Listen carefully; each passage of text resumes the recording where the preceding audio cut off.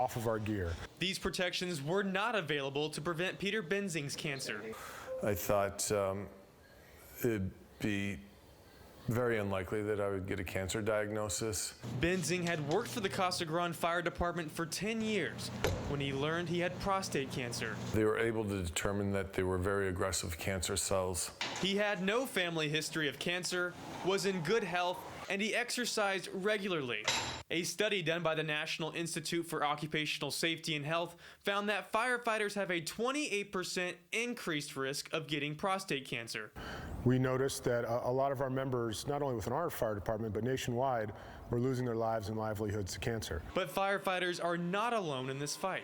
In Arizona in 2017, lawmakers passed a bill that helps firefighters who get certain cancers while on the job.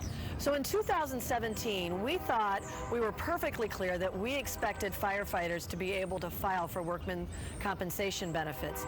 Unfortunately, government being what government is, has found a way to work around the bill that we put in place. Despite the law, Benzing's workman's comp claim was denied by the city. An independent medical exam found there was no hardcore evidence that Benzing's cancer was caused by carcinogens on the job, leaving him with big medical bills, legal bills, and a pile of stress. The two things that fuel cancer cells the most are stress and sugar.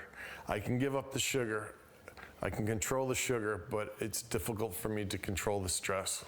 Now, some state senators want to prevent this from happening to others. There will be no more guessing whether you will or not receive your benefits. You will receive your benefits. The proposed legislation takes the burden of proof off the firefighters. Now, having a cancer diagnosis is all the evidence they need. Now, our firefighters will be able to focus on fighting cancer and not fighting government for their benefits. That's good news for Benzing, who has more on his hands than most. After his wife died from cancer in 2016, he became a single father to his daughter Alex, a task made harder during his recovery. And you know, it was frustrating because I couldn't pick her up. She's very physical, she likes to jump. Socks. Benzing's treatment was successful, and his life is getting back to normal. And while he is still fighting to protect firefighters like him, he always finds time for his daughter. There's seems to be a little less me time, and I'm perfectly fine with it. Perfectly fine with it, because she's a lot of fun to be around, and we have a good time together. There is one more proposed change coming from the legislature that will add to the list of presumptive cancers that are covered. Ovarian and breast cancers will be covered, extending coverage to Arizona's female firefighters. In the studio, Dylan McKim, Cronkite News. Share this story with your friends and family. Follow us on Facebook and Twitter, and find us online at cronkitenews.azpbs.org. Recycling continues to be a point of debate across the U.S. and right here in Arizona. But why has this environmental solution turned into such a problem? The city of Phoenix set a goal to increase waste diversion to 40% through recycling and composting by the end of this year. Waste has been on the rise both in Arizona and nationwide, and so has the cost to recycle. But where does that recycling go? As recently as 2016, Southeast Asia was a destination for 70% of the world's recycling. Then in 2017, China banned most plastics, dramatically changing the economics of recycling. Communities that once relied on revenue from recycling are now struggling to keep their programs alive. Here in Phoenix, revenue from recycling has plunged from a high of $13 million to $3 million in 2019. This deficit has now forced the city to decide what the future of recycling will look like. Cronkite News reporter Isabella Holsizer is outside City Council chambers with the latest. The Phoenix City Council is working to change the way they manage recycling costs. After several public hearings, the council has voted to move forward with a plan to increase the way that you pay to recycle. The debate has been ongoing.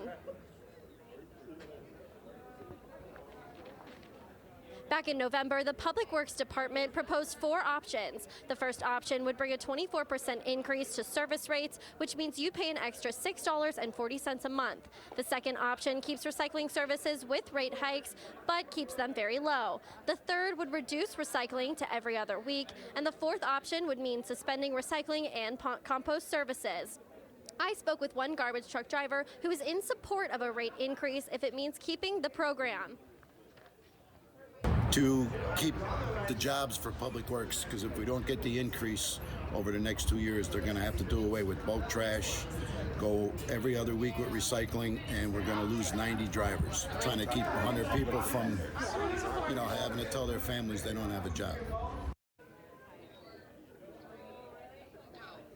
Now, for the latest on the recycling decision, go to cronkitenews.azpbs.org. In downtown Phoenix, Isabella Holsizer, Cronkite News.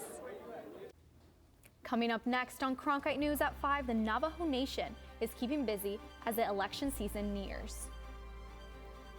We'll show you what they're doing to encourage Native Americans to get out and vote in November. And a bill that would ban assault weapons in Arizona has made its way to the state Senate. Now it's sparking a debate on social media. The details when Cronkite News returns.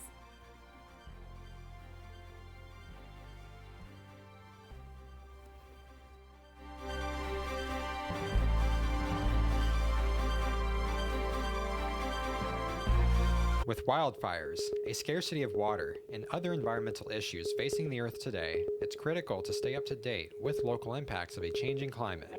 That's why we created Elemental, Covering Sustainability, a multimedia collaboration between public television and radio stations. From climate change to water conservation to renewable energy and much more, Elemental covers the latest in sustainability news. Find our stories on our website, elementalreports.com. You'll find there's never a dull moment in this house. Welcome to Downton. This house has no secrets. Downton is catching up with the times we live in. This calls for a toast. Makes you want to jig about, though, doesn't it? Heavens, we are quite a party. Oh, goody goody.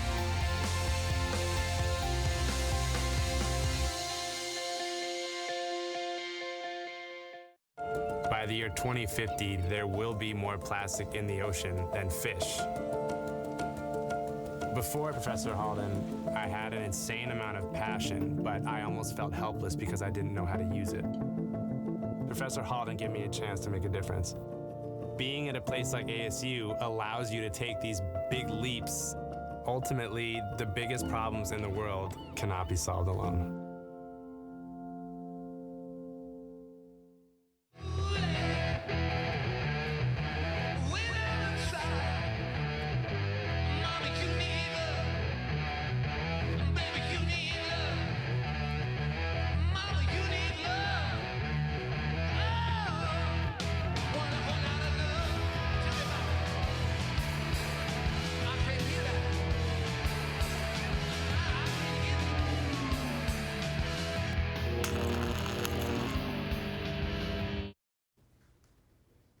The Navajo Nation is hard at work, making sure the Native vote counts.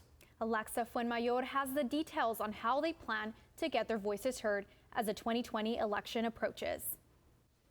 During this event alone, organizers say more than 100 new voters were registered or able to update their voting files. The idea is to keep building voter momentum within Native communities as the fall elections get closer.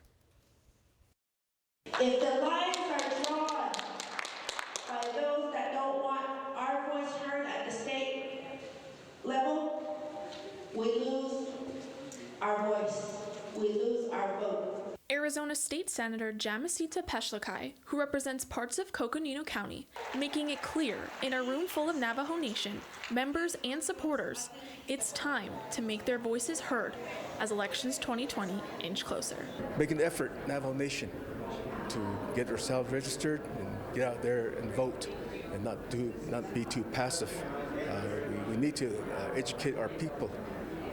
We need to have them realize that their vote very much does count. Navajo Nation member Elmer Clark, one of hundreds of people who are participating in voter registration efforts such as this one, taking place over the weekend at the Twin Arrows Navajo Casino Resort in Flagstaff. Vote for people that are going to represent you. The day included speakers ranging from Navajo community members to elected leaders. Current Arizona Democratic candidate for the United States Senate, Captain Mark Kelly, was there and compared his experience as an astronaut to his interest in reaching out to Native voters. It's always best to see stuff firsthand. I mean, I went to space 4 times. We're not going to Google and try to learn stuff about space. We go there. Right, as an astronaut, we go and explore, we go to different places. As somebody who is working to be elected to the United States Senate, it's very important for me to be there and see firsthand and listen to individuals where they live and work. Navajo leaders have expressed their belief that the voting rights of Native Americans in Arizona have been suppressed by a slew of requirements and practices, including the closing of polling locations and ballots only printed in English, not Native languages. For 2020, Native community members are pushing forward to vote, despite the potential obstacles. We need to vote. We need to go out and vote. We need to grab the kids 18 and older and say, come on, son, you gotta vote. Cronkite News reached out multiple times to the Arizona Republican Party to find out what efforts they're doing or planning to do to reach out to Native communities and voters. As of this broadcast, we have not heard back. In the studio, Alexa Fonmayor, Cronkite News. Breaking news, we have an update now to the City of Phoenix recycling vote. In a vote of 7-2, the Phoenix City Council has approved a 24% increase in monthly recycling charges. That means Phoenix residents will pay roughly $6.40 more to keep the recycling program.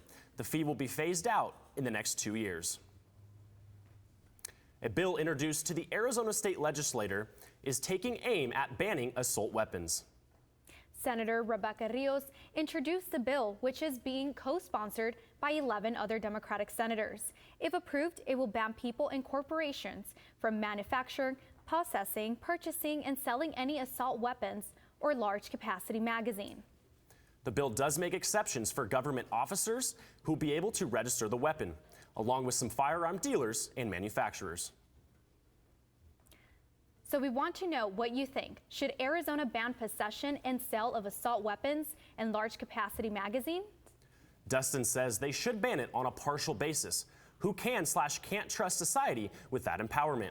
And Sal sounds off saying you can't ban the Second Amendment.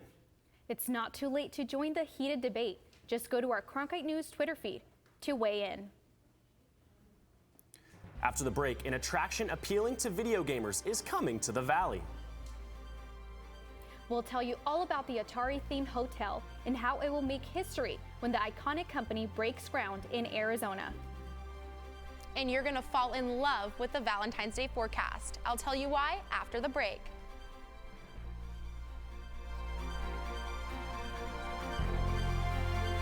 Okay, now I'll switch it.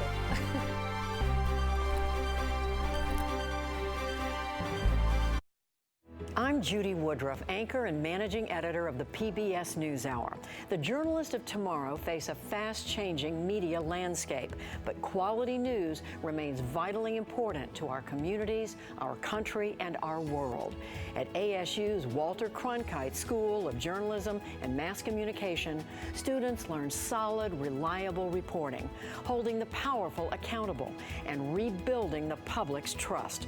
The Cronkite School and Arizona PBS, preparing the next generation for a stronger future of journalism. I had swore I was not going to watch the Vietnam War because I could remember the day I watched us finally get the helicopters out thinking, okay, it's over, and then went to my college class. Next thing I know, I'm watching Ken Burns' Vietnam. And the thing that caught me so much was how he was talking to the winners, and this North Vietnamese general said, there's no winners in war. That just stopped me dead in my tracks. For more information about including Arizona PBS in your future plans, visit azpbs.org/giving.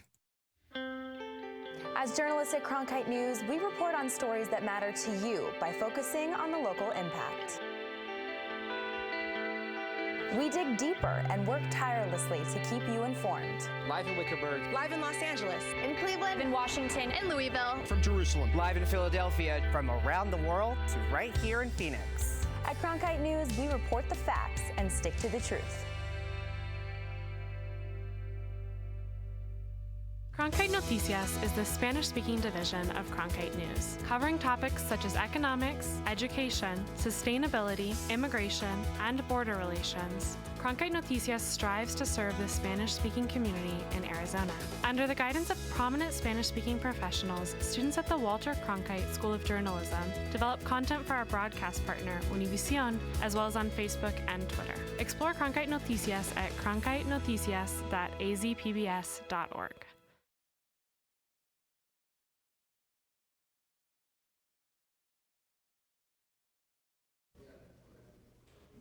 A lot of people are sharing their weather photos and videos online this week. Check out the fluffy snow falling in Prescott last night. And this video showing puppies playing in the wintry wonderland in Dewey. Meteorologist Ian Schwartz even gave us a bird's eye view of the chilly valley this morning. Don't forget to use the hashtag Cronkite News when you post your incredible weather images on social media. You might just see them on TV. Now we got Stephanie Bates here in studio. Stephanie, I know we had a lot of rain overnight, but what are we looking at the rest of the week? Well, rain chances are pretty much out of the picture for us here in Phoenix, but up north in Flagstaff, you are looking at the live cam we've got going at Snow Bowl. The snowboarders and skiers are enjoying that fresh snow that the high country got overnight.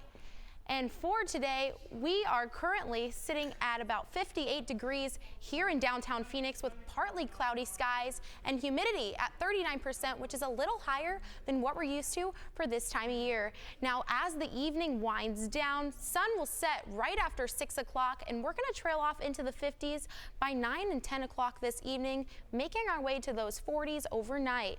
Now, low temperatures across the state of Arizona for tomorrow are going to get as chilly as 14 degrees up in the Grand Canyon and Window Rock, 18 degrees in Flagstaff. We're going to have a low of 43 degrees here in Phoenix for tomorrow. That's going to extend out along the lower Colorado River Valley. Now, as we look at our highs in the Phoenix Valley for tomorrow, will be at 64 here in Phoenix, as well as in Laveen, Tempe, and Chandler. Cool spot in the valley for tomorrow is going to be Cave Creek, coming in at 58 degrees. Now, expanding to look at the next 3 days, we've got a 10% chance of showers on Wednesday and Thursday. That's going to be gone by be gone by Friday as we make our way back to those 70s. And as the weekend rolls around for the third weekend in a row, we're going to make our way back to those mid-70s, starting off our work week with clouds and a high of 70 on Monday. Back to you. The gaming industry has evolved over the years as esports continues to gain in popularity. So it's no surprise many are trying to find ways to take the industry to the next level. Atari is a video game brand labeled as a pioneer in the industry. The company has partnered with an innovation and strategy agency named GSD Group to bring the city of Phoenix its very first Atari game-themed hotel. The proposed site for the hotel is near Roosevelt in central downtown. The first of its kind design is considered to be the next big step in the gaming industry. So now gaming has gone to a completely other level. So we're thinking this is the best way to bring back Atari as gaming is getting huge in esports. We thought the two together is like peanut butter and jelly. I think the hotel is kind of that next evolution to esports because now there's a physical place, right? You can eat, sleep, play, eat, sleep, play. Up next, a story out of our LA bureau about a basketball player from Arizona who's creating a legacy for himself at Pepperdine University. The player, originally from South Sudan, explains the emotional meaning behind why he wears the number 22. Stick around.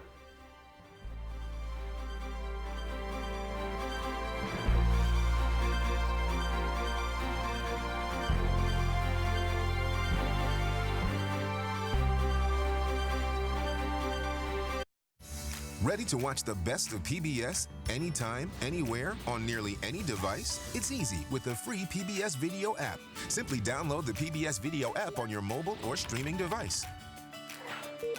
Now you can watch the latest PBS episodes or catch up on the shows you missed. Discover new favorites from PBS and local content from your PBS station.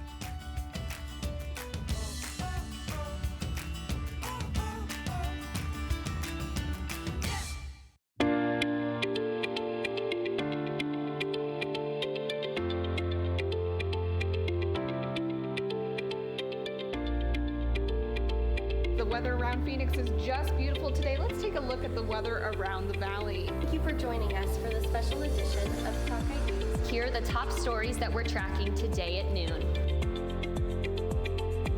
Some of the best players for their program.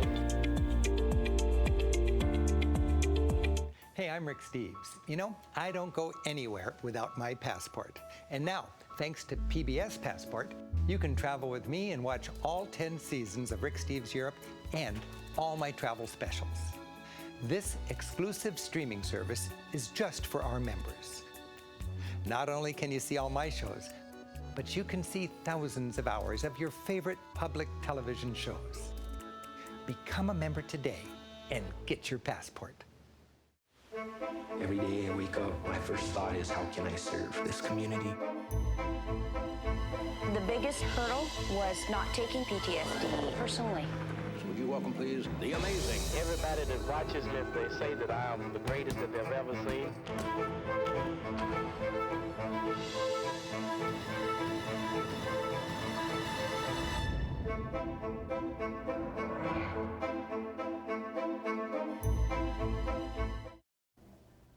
Majuk Dang, Juke for short, is a first-year basketball player for Pepperdine University and has a special connection to Arizona and the game.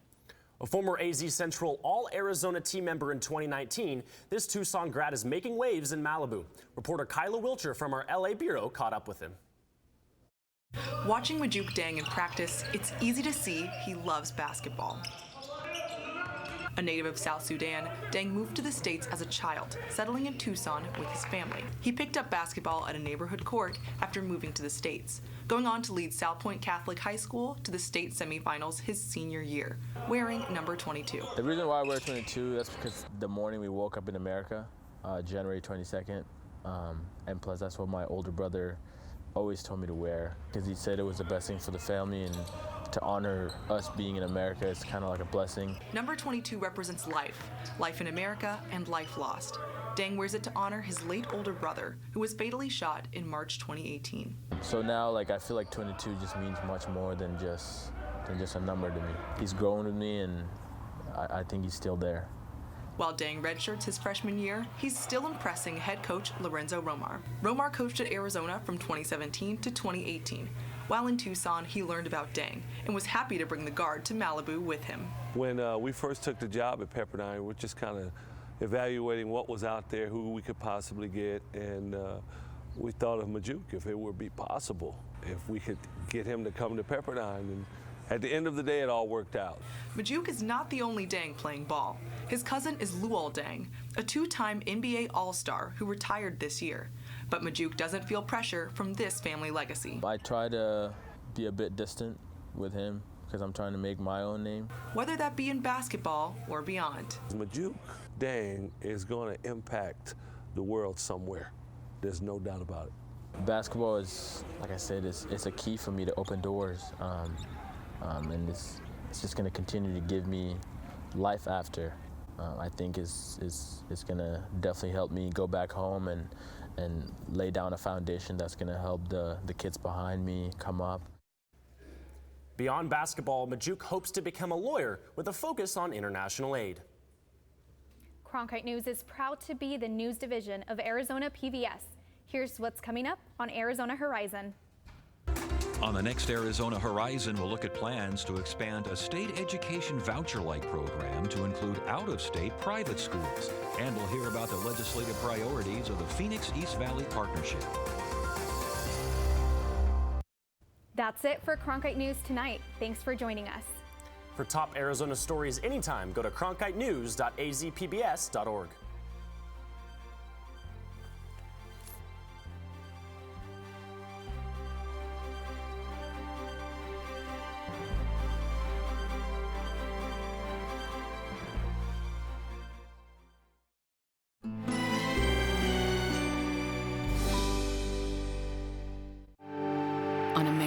experience. In the shadow of a world war, they were reluctant symbols of their people. We invested so much in Joe Louis. But when they stepped into the ring, the world stopped and watched two men, Joe Louis and Max Schmeling, fight for the title of champion. The Fight on American Experience. Tonight at 8 on Arizona PBS. From the first student protests to the millions who took to the streets against Beijing's control, Frontline takes you inside Hong Kong's battle for freedom. All new tonight at 9 on Arizona PBS. Our year-to-year donations are small. We started out donating $30 a year. But I think when you have thousands of other Arizonans, that's how it happens. You don't have to be a huge donor, it's just the accumulation of everybody. And then if you want your local PBS to be successful, then you have to support them. For more information about including Arizona PBS in your future plans, visit azpbs.org/giving. The candidates have made their pitches. Primary voting is about to begin, and ballots will be counted. Who will win in these early primary states? A PBS NewsHour Vote 2020 Primary Election Special. Tonight at 10 on Arizona PBS. Explore new ideas and new worlds here on Arizona PBS, a community service of Arizona State University. Coming soon to Arizona PBS. Florida,